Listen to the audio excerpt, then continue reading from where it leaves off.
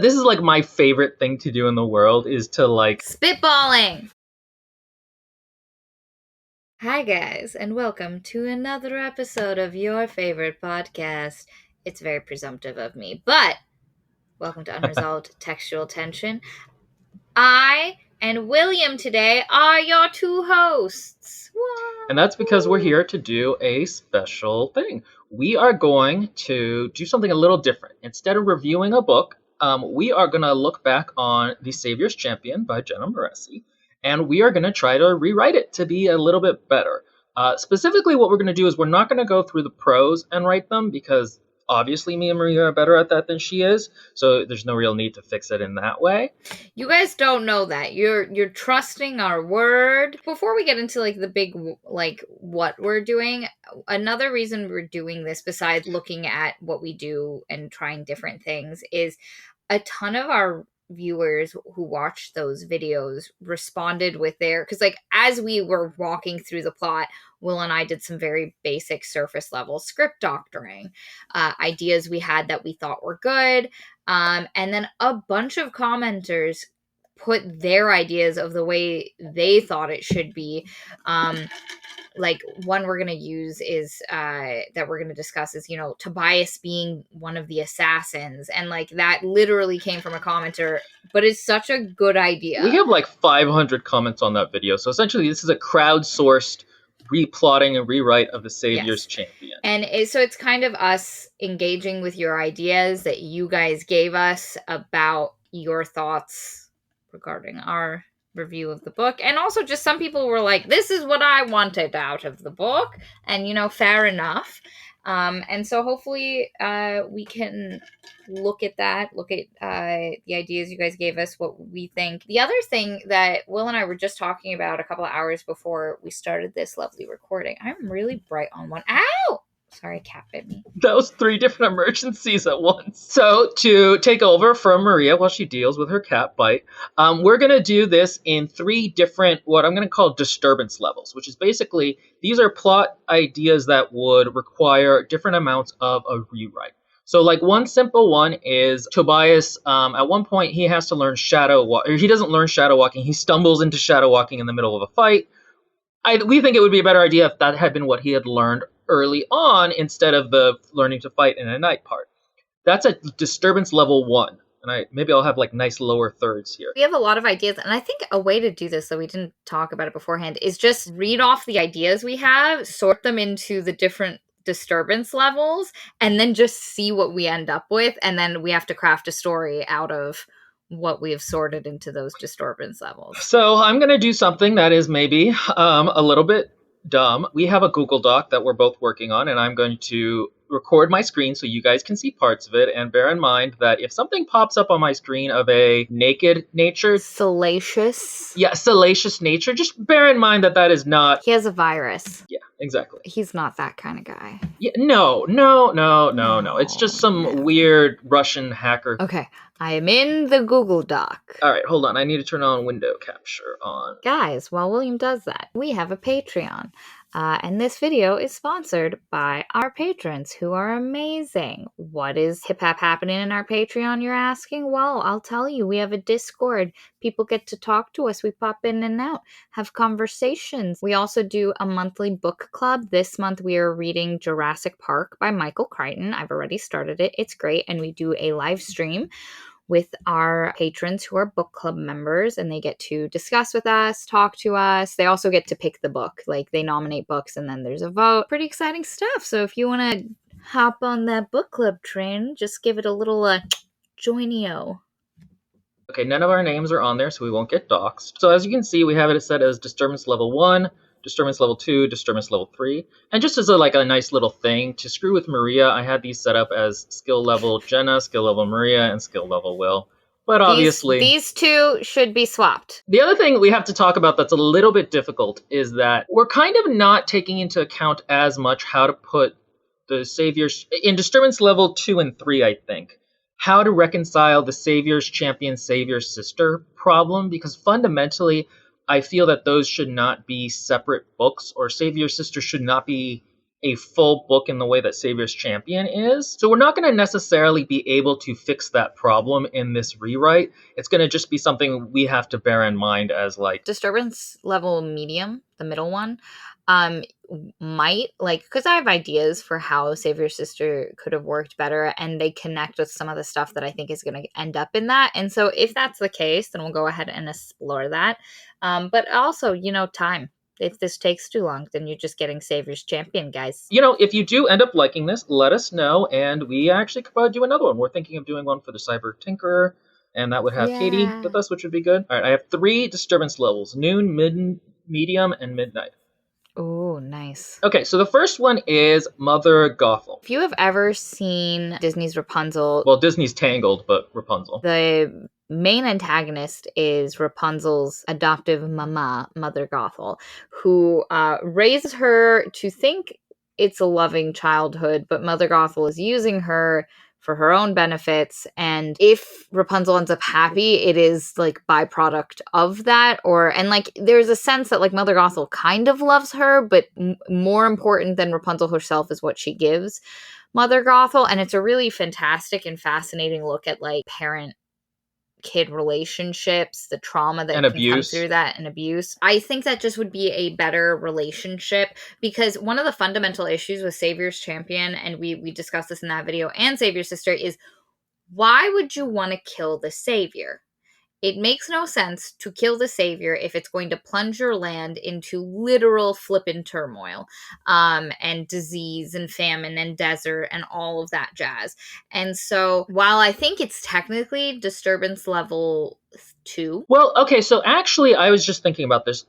You could put some of that onto the book as it is now in terms of their relationship not being as combative, or in the past, Layla remembering their relationship being less combative. I guess you're right. The Mother Gothel wouldn't have to change, especially for Savior's Champion. It doesn't have to change much of the actual plot of Savior's Champion. If you really wanted to give it its due, you would do more Disturbance Level 3, Disturbance Level Midnight, where it would change their Layla as a whole. In Disturbance Level 1, Layla is still a psycho assassin. It should be in all the Disturbance levels. I think it is just a fundamental change that should be put into all 3. I agree with that. All right, so Tobias is one of the assassins. This was one I think that came from a commenter that we're going to take credit for, unless it's a bad idea or problematic. And this, I think, goes into... So there's actually 2 versions of this if you look. Maria added a thing to what I had already said. My original idea was... Okay, so not my original idea, but the way I thought we could write it was like, this is his first time, being an assassin. He needs money for his sister and mother, and he's recruited. This is actually how, like, a lot of suicide bombers, people like to think it's an ideological thing that drives them to do it, but it's actually really a monetary thing in terms of taking care of their family. So this is Tobias sacrificing himself. And I think that version of it is actually more like Disturbance Level 2. I agree. In that I think you could keep a lot of the stuff. Now, one where Tobias is an assassin who has killed other people before, which I like better, but I thought Maria wasn't, but she does, so now I'm back on board with it, I think is more Disturbance Level 3. Yes, I agree, and I want that as Disturbance Level 3. Okay, next. Wait a minute. What? Who is Tobias assassinating if we're going the Mother Gothel route? I just realized. Well, remember, that's Disturbance Level 2. Oh, I guess we could have him try kill Layla, like Mother Gothel it, and try kill Layla at the end of the Disturbance Level 1. Yeah, I guess that works. So a couple things, by the way, if you're wondering, this is literally how I write down notes for my own story. So, like, these rudimentary notes. But this is one of the things with writing a story. One of the things about writing you realize is that not all paths can be pursued at the same time. Some of them are mutually exclusive. And so a lot of times I try to think through which ones do I value, what are the pros and cons, and also which am I most interested in writing. So, for example, on our Discord, there's someone who's rewriting the Savior's Champion their way. And I haven't really read it because I knew we were going to do this idea and I didn't want to cross-contaminate too much. Hi, Shamed. Yeah, hey, Shamed. But, like, theirs is a gender-bent version. And so, like, that's not an idea I'm super interested in, but, like, the contrast between Flynn being the one that Layla originally wanted, but then learning to value Tobias more, or the image versus the truth. That's an idea I love playing around with, and so like that would be one that I would go, okay, you know what? I'm enthusiastic for that. I want to pursue that. And also, we'll hash out the like actual do all of these ideas work after we've sorted them and we take them one by one. That's true. You don't always have to know the ending beforehand. Yes, we're just throwing ideas at a board. Tobias is the one to find out Brontes is evil. It causes a rift between him and Layla. So one of the complaints I had is that they fight about like the weirdest, most meaningless things, and like he knows she's not telling him the truth, and at first he's okay with it, and then he's not okay with it, and then he wants the truth, and then when she tells him the truth, he's mad. Like it's just this whole back and forth. And the thing is, in a romance, there's always like a good fight. There's tension in that way. A good fight to add some tension is always good. But I didn't think there was one that really did it. And one of the things that we said is if Layla doesn't know her father is truly evil, and Tobias is the one to figure it out and bring it to her, that would be a really valid reason to get into a fight with your boyfriend. I entirely agree. It's also just way more interesting. Yes. It could last for a while. Yes. It would take a lot for late. Like, it's a legitimate conflict. Like we talked about in our Kushio video, that the sticking points between the two main characters, like there's a very real tension between what one character wants and what the other character wants out of a relationship, and so it makes the fighting between them really make a lot of sense. So one of the things we'd have to address is, for this one to work, he would have to know that Layla is the savior earlier than he figures it out in the book. That is one thing that would have to change as well. So I guess add that as a thing. Yeah, the thing about it is almost all of these I would prefer if he figured out once they got to the palace. You said that in the video, and I entirely agree. I don't understand what the use of keeping it hidden past that point really was. We'll just add this as a line. Do it, Will. Layla is revealed as the savior once they enter the palace. Done. Sounds good. Because that also completely gets rid of that whole thing where, like, in the second book, Brontes is going to try pass Cosima off. Wait, hold on. Tobias is the one to find out Brontes is evil. That's a disturbance level 3? Or no, I'd say disturbance level 2, because it's still all it is filling in for a fight that they already have and that they patch up from. And like, here's the thing. I think it's disturbance level 2 for the Savior's Champion. I think it's disturbance level midnight for Savior's sister. I agree, but since we're so let's put it for 2 for right now. Yeah. Okay, so I had also, the way that I had done the next couple is I marked them down for things we talked about during the Savior's Sister, and then I had specifically written down a bunch of stuff in terms of what we thought about Cosima and exploring her more. So I like the idea of Cosima as Brontes. I kind of like the whole story of Cosima as the main character. I know. Actually, you could put Cosima as Brontes' bastard daughter as a surface disturbance level 1, and then it would connect to him trying to pass her off as the actual savior. Oh, and you know what? It would also connect to Cosima being kind of bitchy with Layla in terms of, like, she is the... See, I love that kind of dark stuff. I'd read all 3 of these. Oh, which 3? What we're writing. I'd read all 3. Oh yeah, no, we're much better writers than Jenna. I'm gonna cut that part out. Look. It's a kitty. It's 2 kitties. Look at that little demon. By the way, guys, I'm not sure I'm using a semicolon correctly, so don't judge me. I can check. I know how to use it correctly. Hilariously, I have no idea how grammar works at all. I have tried to learn, and I have never been able to do it. No, it should be comma. A semicolon separates 2 sentences. I don't know what that is. I don't know what a subject is. I don't know what a clause is. I don't even know what a verb... I know what a verb is. And I know what an adjective is. You know what a subject is, you absolute hobo. A senator Castor that instead of murdering Layla dangles marriage in front of to get some info. Oh, God. Disturbance level 1? God, this should have happened. And it would have impacted the plot so little, but it would have just given Layla some oomph. You know? She's got so little, like, she never makes a decision where I go, oh, wow, you crafty ass bitch. And, like, if we're being presented like this political intrigue, I need a craft. Like, every political intrigue story has their crafty ass bitch, you know? In Game of Thrones, there's a couple, but obviously Littlefinger, crafty ass bitch. Take a shot, guys. I didn't even bring it up. You did. I didn't even bring it up. It was no, you're totally... And it's always nice when a character is smart and proactive and it would show some. And again, this could be something that was growth on Layla's part that she didn't understand, but then in the tournament she was like, "Oh, men do really want to be the regent or whatever, and now I can kind of like do I this was really thing." naive about my power over men, but Yes. I hold value. Like it's not they don't just want to get in my pants; they want to get into my throne room, you know. And that has sway. Like what a fantastic. Why are you? Or even like, okay, there are elements in Thesson that have their own interests that aren't just Bronte's, and I can play to those against Bronte's. All right, and then I jotted down some notes for Cosima. I don't think we actually need to bring those in unless, I mean, like in terms of putting them into the disturbance levels. If we want to, we can just go through them really quickly to explain why we think they're good. Yes, But, I agree. She grew up in the shadow of a god. She's the Check. daughter of a noble family, feels pressure to be Layla's friend and resents her for it to an extent, but at the same time, 100%. still has that closeness with her. I mean, both you and I are really interested in that, like, close but not close sibling relationship. It's always just a fascinating, fraught thing. Oh, it's such fertile ground for a story, and just it was wasted. It's so wasted. It was wasted with the lack of care of like someone like a rich person throwing diamonds away, but like you're not actually rich yet. Like you're just like I've got a lot of diamonds. Let me just throw them away. They're throwing out hundies in the club. Also, a part of her wonders what's wrong with her when she looks like more like a savior than Layla and has more courtly graces, but still isn't the savior.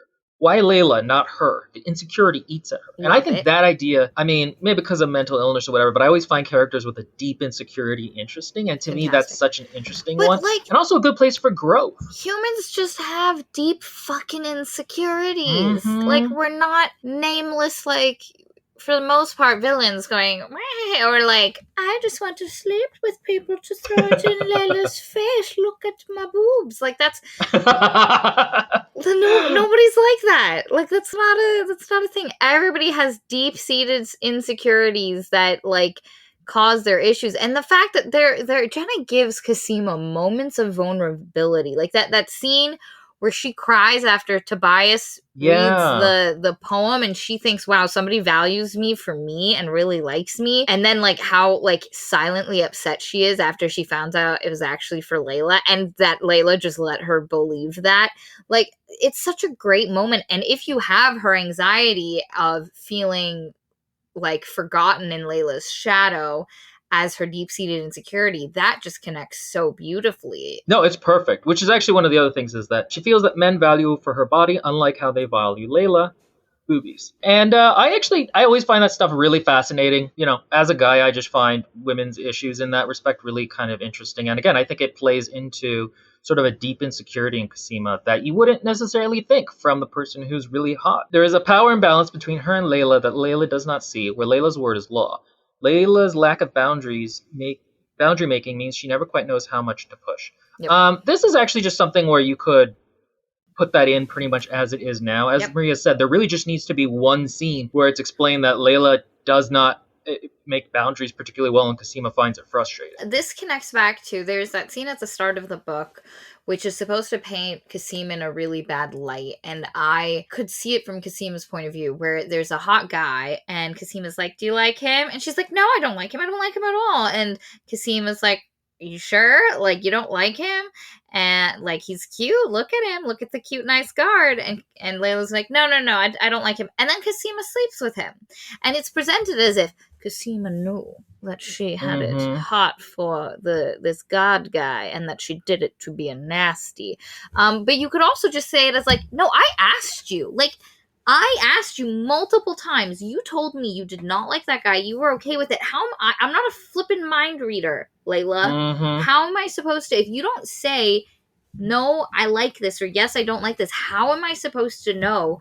I cannot be held accountable." And I can even see it getting to the point where as the years go by, Cosima will sometimes know, like that something upsets Layla, but she's so frustrated with Layla lying and not giving her a straight answer that she's gonna do it anyway. Because like they've gotten to that point of just like where things get petty because nobody's actually talking about how they feel. It's also a system of dysfunction. I used to watch this one therapist, couples therapist, who would review shows like 90 Day Fiancé and other reality TV shows, and he would talk about it, and it's absolutely fascinating. He's so smart. I learned so much from it. His name is Kirk Honda. You can find him on Psychology in Seattle if you look up his channel. But anyway, one of the things he talked about were cycles of dysfunction, where you could not actually blame one person. You needed to blame the system. So the example he gave is overly parental parents, like once the child is now old enough to do their own thing. And what he talked about is it looks like the parent is bullying the child and making decisions for them. But what happens is that the child is also actually prompting this behavior by being kind of incompetent at times or just like not knowing what to do. And then that makes the parent go, okay, I have to show them what to do because otherwise they don't know how. And then that makes the child then prompt that behavior. And again, he says, sometimes there is a person to blame for it, but a lot of times it's just a cycle that forms, and then it's very hard to break that cycle, and that's what you need to figure out. And so I think that would be something. I think another thing interesting that could be a growth for Layla is understanding that she has a lot of power that she does not even see as a living god, and that power affects her sisters, and she has not seen that, like, she needs to be careful. It's like that whole thing about, like, if you're the boss, you can't just be like, hey, you want to go have sex to your employee. That is now you have a power imbalance there. I thought of something fantastic to add. It's definitely surface level 3. If there was an actual religious organization, like a religious structure of which Layla is a integral pope-like part of, even as just a figurehead, but they are like almost implicitly on her side. So it's a conflict. Like Brontes is forced to be very careful and sneaky in his machinations because God forbid he angers the religious organization built around his daughter. It is bizarre that is not in the book. Yes. It is bizarre, even as a world-building thing, that there is not a church of the Savior. There's just a vague mention of a God and the Savior having God's power. Again, it very much could be like similar to monarchies back in the olden days, where you were like literally the vessel of God. Like I'm thinking particularly like the British monarchy, where like you are God chosen, and that's where your power derives from. And so you're technically the head of the church. And so it would be great if there was actual, like, we don't see any religious organization. Will made this point in Children of Blood and Bone about, like, a lot of things just being a little surface level. And in this book, we've said this before, the world building feels very surface level as far as, like, detail. And giving it a rich, like, actual religion, like, that has rules, tenets, there's, besides just going into the garden, laying on the grass naked, whatever it is she does to bless the realm. It gets even weirder in Layla's thing because she doesn't, the royal we seems dumb, but if you actually think you are the kingdom in the way that they did in medieval times to an extent in certain monarchies, that your good is the kingdom's good, which is literally the case with Layla, then yeah, Layla should think of herself as the state, as the country, and it's bizarre that she doesn't. I mean, again, going into Layla's perspective should be so much more. She should not just be a normal girl who's a psycho and then giggly. Part of that is we're told to believe that Brontes has completely stripped her of all of her power, which should not be the case. She should still have her power, but she should be a good little daddy's girl, trying to, like, he positions himself as an advisor, as a, and also poisons, like perhaps she has an old mentor whom she adores, who literally, like, taught her how to read and is one of her political advisors, but is literally the mouthpiece of Brontes, helping, like, put her in certain places that she doesn't necessarily want to be in. Because, again, the idea that the entire, like, political climate and castle would just be like, yes, let's strip the savior of all of her powers, even though she literally is the one keeping... That doesn't make sense. That's not how... Like, he could have been a regent until she was, like, 18, but then maybe this is, like, the year of her coming into her power, and he has to, like, control it as much as possible, which also automatically makes Brontes a smarter character. And a more interesting one. Okay, so those are all the ones that we had written down, I think, and the ones that we have added. So, where do you want to start next? I think Disturbance level 1. Clean that up. Just put it in an order that makes sense. flesh out some ideas. Because for the most part, this is... So, again, question. Are we going in surface level 1 with Brontes actually trying to kill Layla at the end, sneakily? That's a good question. Because essentially what we're talking about is writing 3 novels, and we need to... Yeah, that kind of makes, I think, a sense as the way to look at it is we're writing... we're plotting out very quickly in the next hour 3 novels of different disturbance levels. I think in disturbance level 1, yes, Bronte still has to try to kill her because otherwise it gets too complicated. If that's the case, there needs to be an open disregard. Because one of the things where Jenna shot herself in the foot is like, at first you think Brontes doesn't actually believe in what the Savior is capable of, which then makes sense why he thinks getting rid of the Savior makes sense.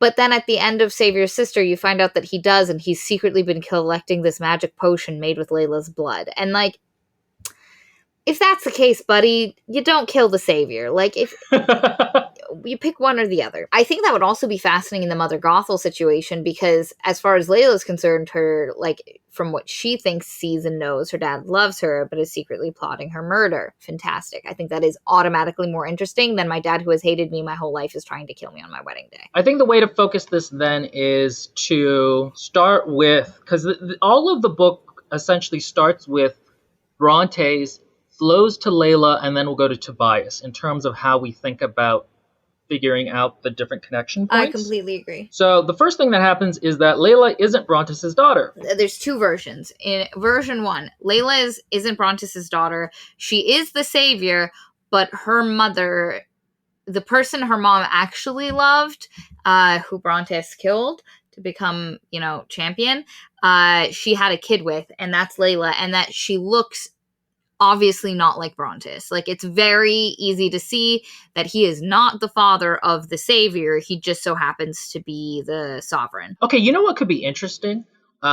Is if his power as regent is a bloodline thing. Like, he isn't the regent because he's the husband of the Savior. He's the regent because he's the father of the next Savior. So if she is not his actual daughter, that can make his political position tricky. That's why he hasn't let her out of the castle for her whole life, and he's kept her extremely, like, even nobles don't know what she looks like, because if they saw what she'd look like, it would become readily apparent that that is not his daughter. And the idea would then be, it would connect to the idea of him inserting Flynn, where Flynn is his puppet, where once she marries Flynn becomes regent, so it doesn't matter, like, at that point that Brontes is revealed and people talk about the fact that he might not actually be her father, because there's already a new regent whom he controls. This is genius. Thank you. Because it makes sense. That ties up so many issues. Yes. And so if you go, especially if in Disturbance Level 1 we go with him actively trying to kill her, it would make sense that he'd want to kill the proof of his shame. 1,000%. The other one, which I definitely think is Disturbance Level 3, is that she is not the Savior. Layla's not the Savior, but she's actually Brontes' daughter.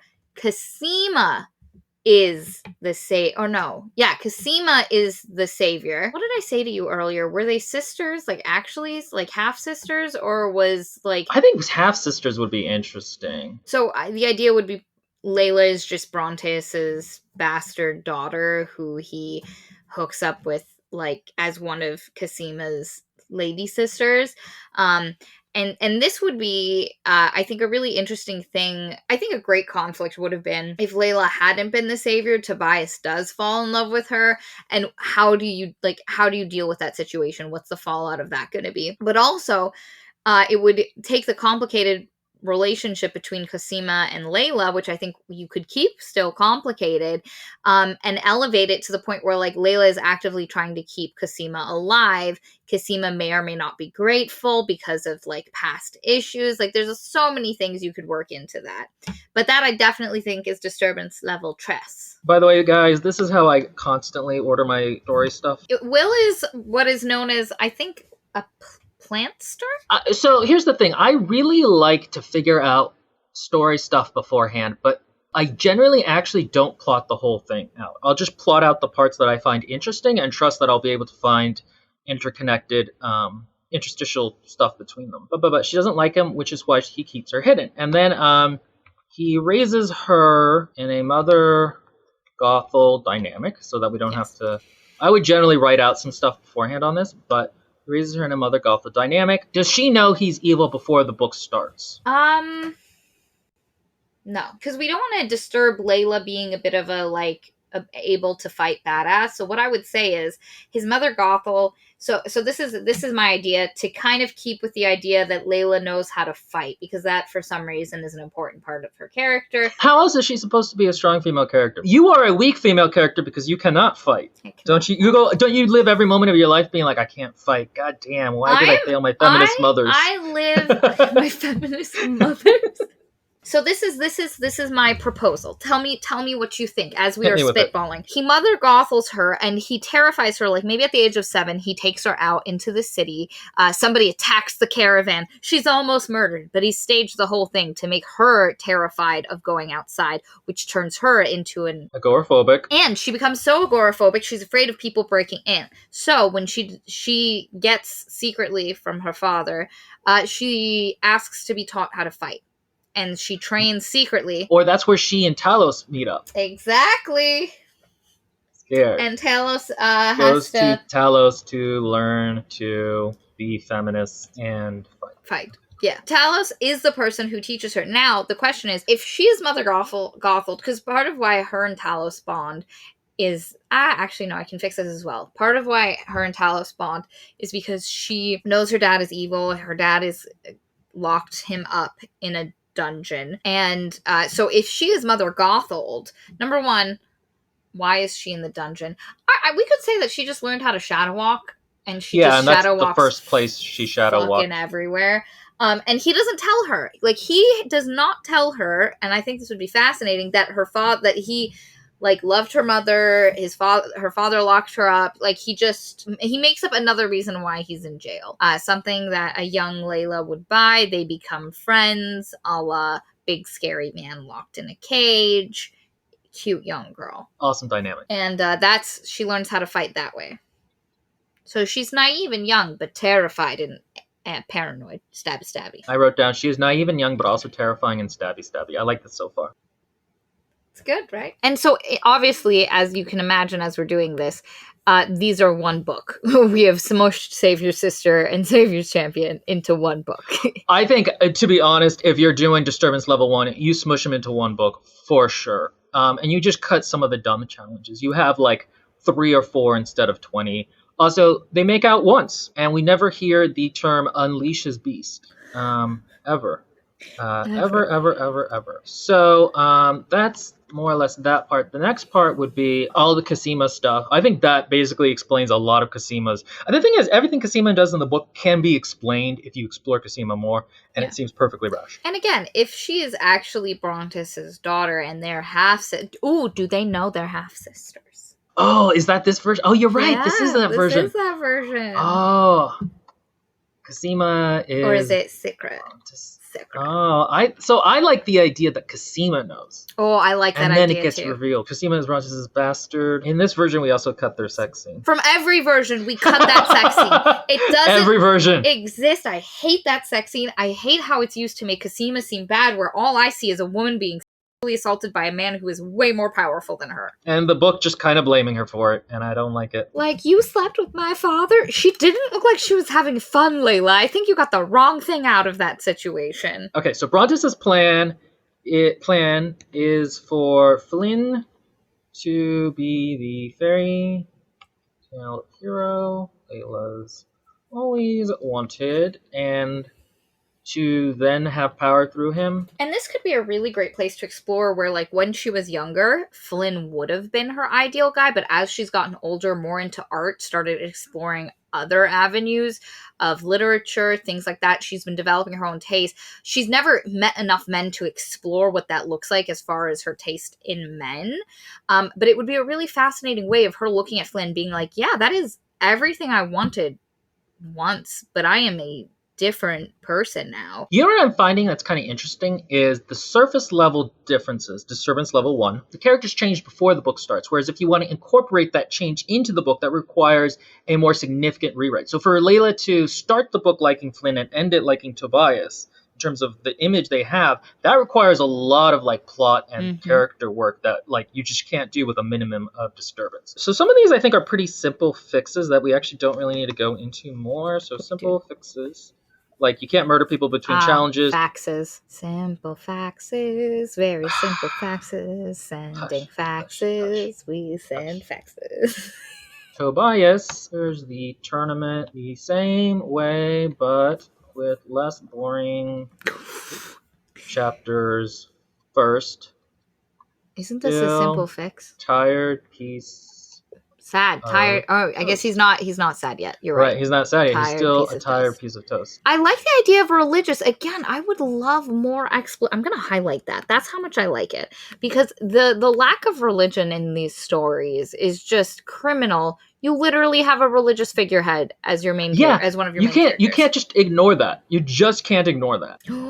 Hit me. Surface level 2 or 3. Tobias is an assassin, not hired by Brontes, because again, in those ones, he just wants to keep her alive, happy, in his little duck of like power. He's from like a different kingdom that wants to like fuck with them, and the easiest way to just get rid of that kingdom entirely, like maybe Brontes has been building a military to go, because like if the savior's alive and you're gonna fight wars, like, and so people know that like he's going imperialism, like he wants colonies, and so Kavar or some other like kingdom hears about this and hires assassins to get them into the tournament, and they've got a spy on the inside of the castle. Oh, that's fun. I like that. Isn't it? Also, because I love doing this, it could be that he is like mixed race between that place and Thesson, so there's a certain amount of conflict between his dad didn't die in a cart accident. His dad was like a general in that other army for those other people. I don't know how to. I have to type all that up. And so dad taught Tobias how to fight. Oh. But mom is also an artist. Like, and so he learned, like, he started his love of art through his mother. So he's got both of these things inside him. Oh, it's so that's good. Great. It's so much better. It's good. I'm so I like excited. it. That's so much more interesting. Okay, all right. So can we stop with disturbance level 1? I think, okay, so here's the thing. All these things would be things that if I were writing this as a story, I would try to figure out some of these before I started, because again, once you figure out more, it has an effect of you extrapolate out and you get new story ideas, and those can tie back in certain ways. And so all of these I think are actually kind of interesting to answer. But for right now, we have a limited amount of time before we have to have lives, because I think this is a solid disturbance level 1. Yeah, I think we're done. Change. I think like all of those for disturbance, like, because like you look at this and you know, like essentially the plot would play out basically how it did, except that Tobias would discover that like he's evil. He'd let Layla know, like, but besides, it doesn't massively change for the beginning and end points. It would just enrich the middle. Okay, so now disturbance level 2. Disturbance level 2. Okay, so in this one, Brontes is still trying to kill Layla. Yes. Right? Yes, because same setup with Brontes. Yes, Tobias is the assassin. The thing I said of him being an assassin from the other world is definitely the other kingdom is disturbance level 3. Midnight. God, this is so fun. Okay, so the same setup with Brontes. Layla still psycho assassin, but Tobias is hired as Brontes' assassin. Now, one big problem with this, and I haven't figured out how to fix it, is that there is no reason the assassin should not know what Layla looks like. Oh, you're right. There just isn't. Oh, no. How we can fix that is in the second one, like in Surface Level 2, this can be one where like she's not actually the savior. Oh, you're right. Oh. Again, I gave us that little gem. Okay, all right. Same setup with Brontes, or similar setup with Brontes. Mm-hmm. But Layla is not actually It's a savior. Savior. Kill Cosima. Yes. Okay, I like that. And that's completely resolves tensions between Tobias being an assassin to kill Layla. See, in Disturbance Level 3, where he's being hired by somebody else, it then again makes sense because they don't know what she looks like. Exactly. In this one, would Cosima have been kept mainly to the castle as the savior, or would she have been allowed out and about? I think it's the same setup as Layla. but just with Cosima's personality. Okay. So still, Brontes is not actually her dad, but is actually Layla's papa. No, I think we actually just swap out Layla as Cosima, where Cosima is the bastard daughter. Now Cosima is the real one, and Layla is the bastard. Perfect. Yeah, okay. I love it. Honestly, Layla's personality works so much better. So, like, the problem in the book was Layla had two personalities. There was, like, crazy assassin Layla, and then there was, like, meek. Oh, I don't like boys. Boys don't like me. Like, oh, Cosima, you're so worldly, but also a bitch. And those two personalities don't work. But if Layla is actually not the savior, her normal, like, day-to-day personality type fits not being the savior so much more. And if she positions herself as Cosima's protector. Yes. And, like, as children, they'd been really close. And, like, maybe Layla is a little older than Cosima, so she's always been very protective of her. And she might even be very religious. But then as they grow apart and get distanced, and Cosima becomes, like, she's going through, like, teenager bitchdom, and Layla's like, like, there's a rift, but there's still that love. Well, what happens is she stumbles on Talos in the dungeon, but this time Talos tells her the truth of what's going on, and so she can't tell Cosima that's what's going on with Brontes is bad, but she's still trying to counter plan against him. Because Cosima loves her father so much, it would... You know what we call it? We call it Savior's Shadow. Oh my god. Fuck, right? Look at us. And actually, what could be fun is if we could find a reason for Tobias not to know what the Savior looks like. It would play nice on readers' expectations to have it written exactly the same way, where the reader's like, obviously Layla is the Savior. Obviously, and then it turns out, like, no, you know, she's not. Again, he would have to have been hired by someone else to kill the Savior. Well, okay, so here's the thing. One way to do it would be Layla and Cosima, if you were to describe them, are the same, but actually look very different in person. Like, oh, give me 1 second. I'm fixing my headphones. You guys should know she's constantly bad talking you guys when you're not around. She's like, I hate our patrons. They're so stupid. Give us all the money. Oh, hey, Maria, what's up? So it could be something where it'd be like they both have pale skin and dark hair, and so similarly, he could have gotten a description that just fits all both of the handmaids or something like that. Oh, yeah. The other thing is, I actually don't necessarily think if I was writing this as a story of my own, it's a problem that needs to be fixed before the story starts. Sometimes you can actually just start a book not knowing the ending or with a big problem in the middle and just have faith that you'll work it out by the time you get there. Yeah, I agree. And then you would have that mystery. Like, maybe Layla's not supposed to go down there. And that's why the guys are getting confused to who the Savior is, because Layla, like, Brontes specifically was like, Layla, I don't want you, because again, in this, Layla is his daughter who he's not planning to kill, who he's not fond of, but just not planning to kill, and is just like, no, you're not, like, you need to be doing your things, whatever those things are, we haven't thought of them yet, and she's not supposed to go down, but Layla's such a protective ass bitch, she goes down anyway, because Savior's shadow and all, and that's what confuses the assassins, because they're like, that was the same Yeah, no, that would actually be pretty good. So I think another thing that's great about this is that it creates a really interesting relationship between Cosima and Layla, and conflict between them later, because how does Layla eventually let Cosima know that her father is, going to try to kill her? Bias says it in front of her, and Layla's known this whole time, and Cosima is incredibly angry that Layla never told her. And she's tired of being infantilized. I'm a woman, Layla.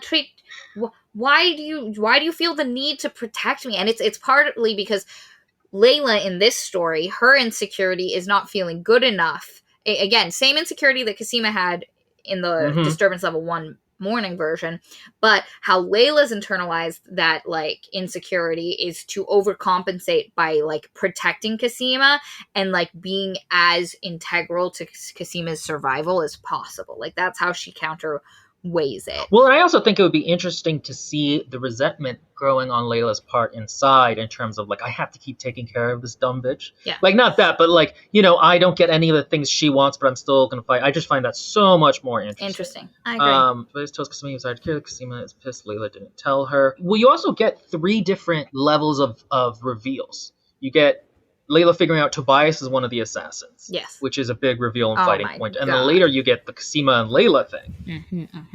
I like that a lot. Okay, so I think another cool thing would be if Milo also was one of the assassins, and that him and Tobias went into this together. Oh, I like. They both start in the same place, and so obviously it would be very interesting to see how they diverge and why they diverge, what effect the tournament can have on people, what that says about them originally. Him dying is just used as cheap shock value that doesn't work because we don't really know him. And so to have him be a more in-depth role, I think, could be very interesting. Milo becomes a mirror for Tobias, where Tobias decides, I'm not going to kill the savior. I don't think this is the right thing to do. But Milo commits hard because of like specific reasons. Like he needs this money for, I don't know, his like he goes the opposite direction where like Tobias needs the money for his family and that sort of thing. But then he realizes, no, I am not literally going to like plunge this nation into chaos for that. But Milo's like, no, my family above all else. The short-term benefits outweigh the long-term chaos. I think it's also something where he could become disenchanted with the idea of the tournament. Because one thing we haven't talked about is the idea that pretty much all of them would have that the tournament is an important way of picking the right ruler. And so, like, once he gets in there, he becomes more enchanted with the idea of the tournament, actually, because he has to. You know, it's a sunk cost thing where, like, I killed the person, so now I have to think it was for something good. Yes. I mean, a lot of literature is just characters' reflections and contrast between them and other characters and how that contrasts ideas. I really like that. And I think the book could end with, like, I like the idea conceptually of Layla and Tobias being exiled from the castle at the end of the book. Oh, that's exactly what I was thinking. Right? And like Cosima, that'd be fun. When Brontes realizes what's happening, Layla tells Cosima, play dumb, pretend you don't know what's happening. It'll keep you alive longer. He's got to rethink his plan. We'll come back. Put the blame on me. Exactly. Right. We'll come back. And then it's like salty young adults where they're like, they have to work together, but she still hasn't forgiven him for being the assassin. Like the enemies to lovers kind of crackle. Maybe she killed Flynn is what she did. Or she killed, you know what I mean? Something like that. I like that. I think that's good. I think that's solid. Or we'd have to take out Tobias as the one that finds out Brontes is evil. We're kind of doing it with Cosima. Again, I think that's something where like it's mutually exclusive with other story ideas, but it's still a good one in its own right.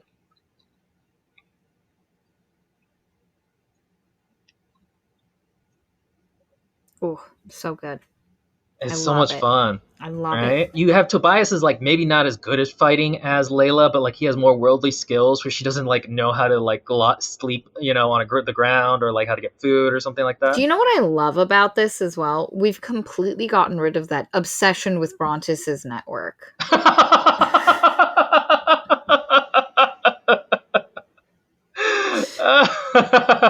So true. Completely gone. It's just gone. That's hilarious. That's so funny, but yes. Who is his network? The people that work for him. Congratulations. She just talks about it constantly. Right, so that's the Savior Shadow. Okay, so now we're here at Disturbance Level Midnight. So this is one where it's very different. We're back to... I think in this one, because it's a true Mother Gothel and he isn't trying to kill Layla as the savior or Cosima, I think they should be out and about and we can do away with the part where she doesn't look like him. Because like that... Yes, no, not trying to kill about her true father, her blood father. I think also this is the one that makes the most elastic Layla in terms of if you wanted her to be...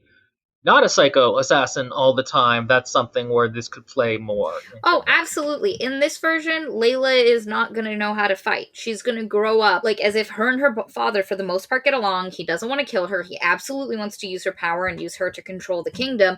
But he also kind of likes her, which I think is fascinating. And so assassins trying to kill her is a problem for him as much as it is a problem for her. I think that's really like... fascinating to explore. So no, this Layla is pure naivete. I think this is also the one where we can make the most use of playing on the four sisters as which one is the real savior, because Tobias is trying to figure it out as Yep. much as we are. Because while like nobility and stuff knows who the savior is, she still hasn't spent a lot of time outside of the castle. Like it's not, and no foreign powers have been allowed in. Tobias has no idea what she looks like. No. Nobody. Again, I am misusing the semicolon. Would Cosima be pretending to be the savior in this? Well, what I was thinking is you could just have the savior behind a veil or something. Yes, like that. I completely agree. And it's not until they go to the castle that it is revealed. So let's go with Tobias is an assassin not hired by Brontes, but in another country that's worried about Brontes' military buildup. He's mixed race.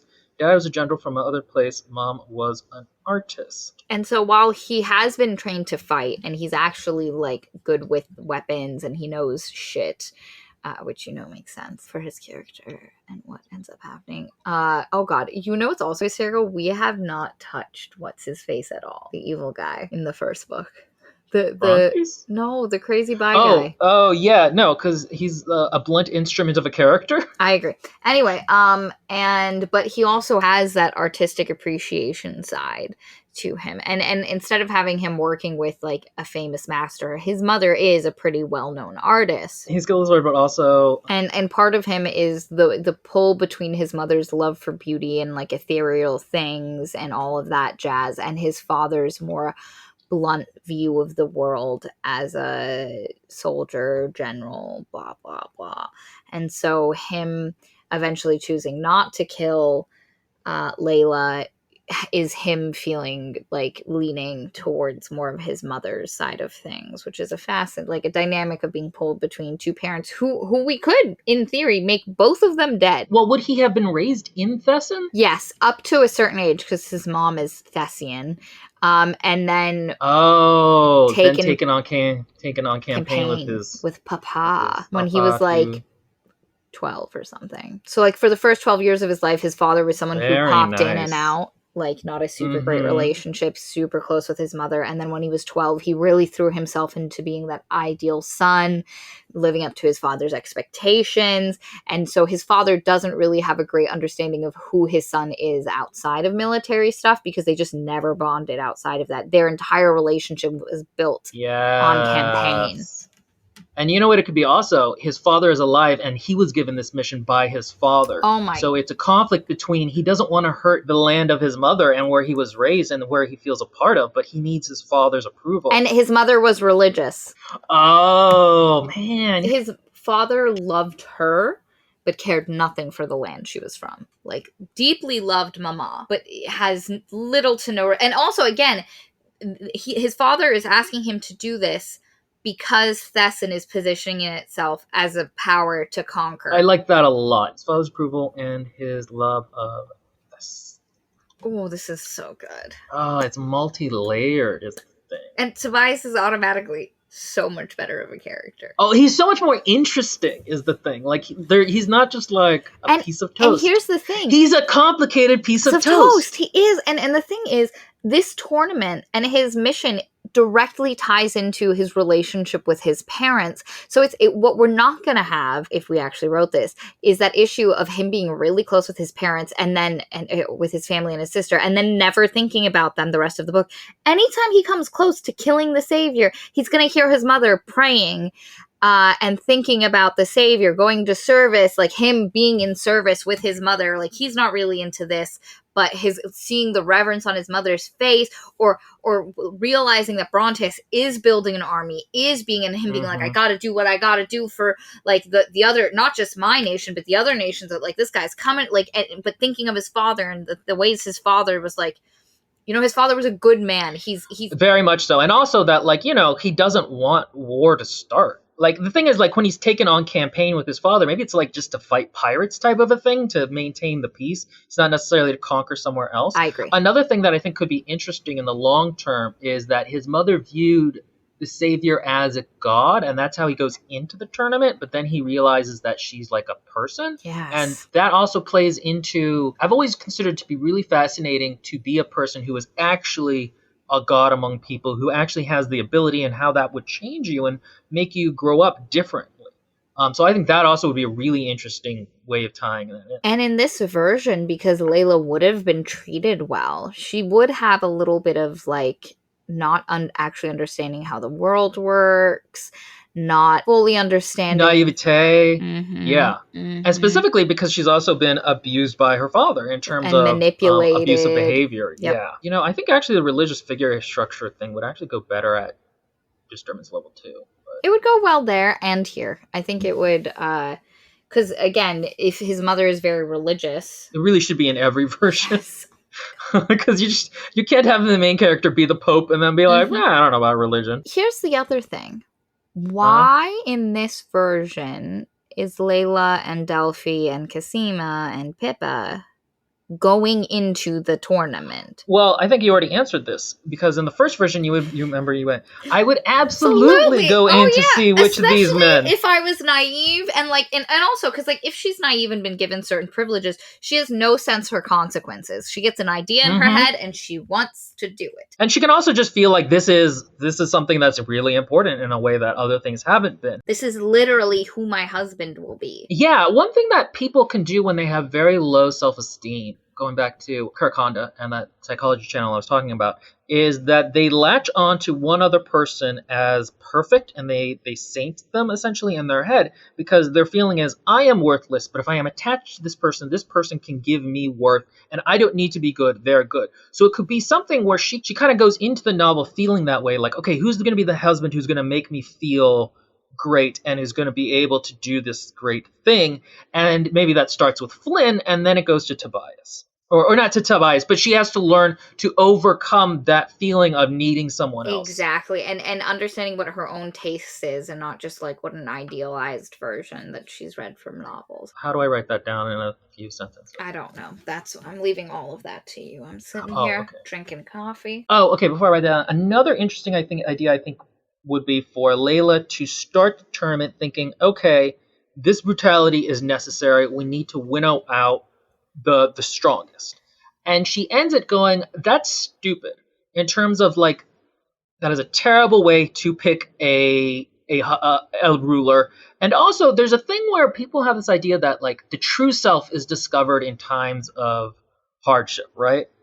But I actually don't think that's entirely true. I think in hardship can twist you into something that is not the authentic self. It doesn't always reveal. And I think that would be an interesting idea to play on her understanding. Yes. That, violence doesn't breed truth. Violence breeds scars. And again, it could be one of those things where like her dad has made her terrified of the world and emphasized to her like, I protect you. So she goes in kind of thinking like the tournament picked my father protects me, it must be the right way to do it. And then like just seeing the kinds of men that do well in most of the challenges and going, oh no, they are not, I've discovered they are not good men. Why on earth would I want to like interact with that? Then also like having this as an opportunity where she really begins to learn about the world, what's happening outside. I think also, by the way, we still have Milo as part of as a second assassin going. Yeah, no, I agree. Tobias. Yeah, that's the thing is a lot of these build on each other, except where they explicitly deviate. How would it end? So it would end, or what would happen is he would figure out Layla was the actual savior when they go into the palace. But again, there would be that fight where he tells her, your father is literally building an army. And one of the things once he gets into the palace, what he starts doing is spying / investigating to confirm how many military people are there. Like he starts actively looking for that information. Oh my God, you're such a genius. Thank you. And then he he gets proof and he's like, Layla, your dad is fucking going to like invade places. I was literally sent here to kill you. I love you, you bitch.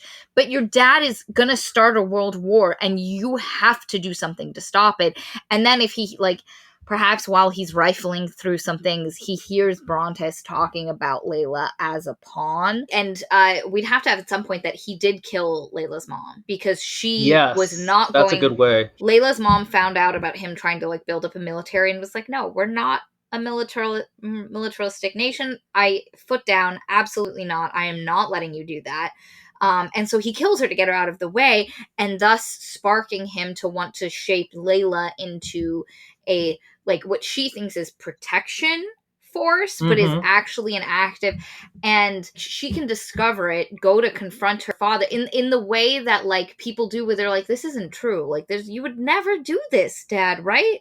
Like, Mm-hmm. never. Through that conversation, he realizes, oh, she knows too much, I gotta lock her up, and not kill her, just Right, of course. actually lock her up. For her, it becomes this confirmation, and, like, Tobias has to break her out, and they escape. But no, but then she figures out he was the assassin. Yes. And there's obviously that confrontation, which is just juicy. And that sets up for the second book, where she now knows he was the assassin, but he also rescued her from her tower. And now she's moving among her people, too, and she's learning about them as a ruler, Yep. instead of just from her father. And so book 2 would really be the development of her coming into her own, taking this massive education she's been given, and has, and being able to, like, see how it's not being applied. Her people aren't being taken care of.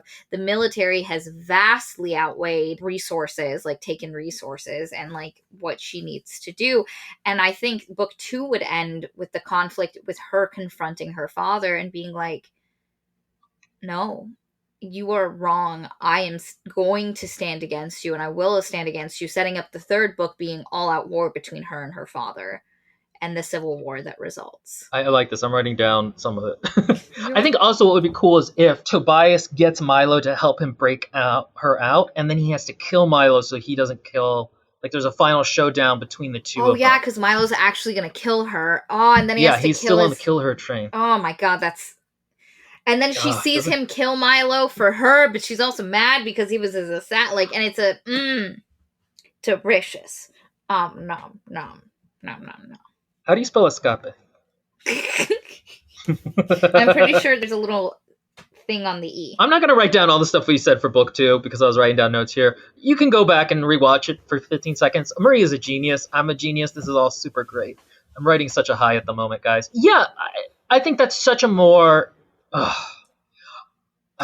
think the other thing you can do here, because the thing about it is I really like Disturbance Level Midnight best out of them, but I really like Disturbance Level Noon, which is 2, because like I just like the not enemies to lover, but like I call it salty teens, because it's like they're like kind of mad at each other but also kind of hot for each other. Yep. I also really like that. I think almost any of the 3 of these would make good novels in different ways. I kind of weirdly like what we did with Disturbance, because while the plot kind of carries out for the most part the same, I really like that setup of Layla being, like, turned into an agoraphobic. Agoraphobic? Agoraphobic. Oh, yeah, I actually really like that too. I really like that, and I like that idea of her becoming, like, this academic but paranoid bookworm. Like she's stabby, but she also reads a lot, and like she's comfortable with her life, and then this tournament having to, like, break her. Like, that particular setup I think is really fascinating. I think you could still have that in the 3rd Disturbance level. I think you could have a lot of that, because the only main difference is that her father took her out in that case and had a fake attack. Like, that's the only reason she ends up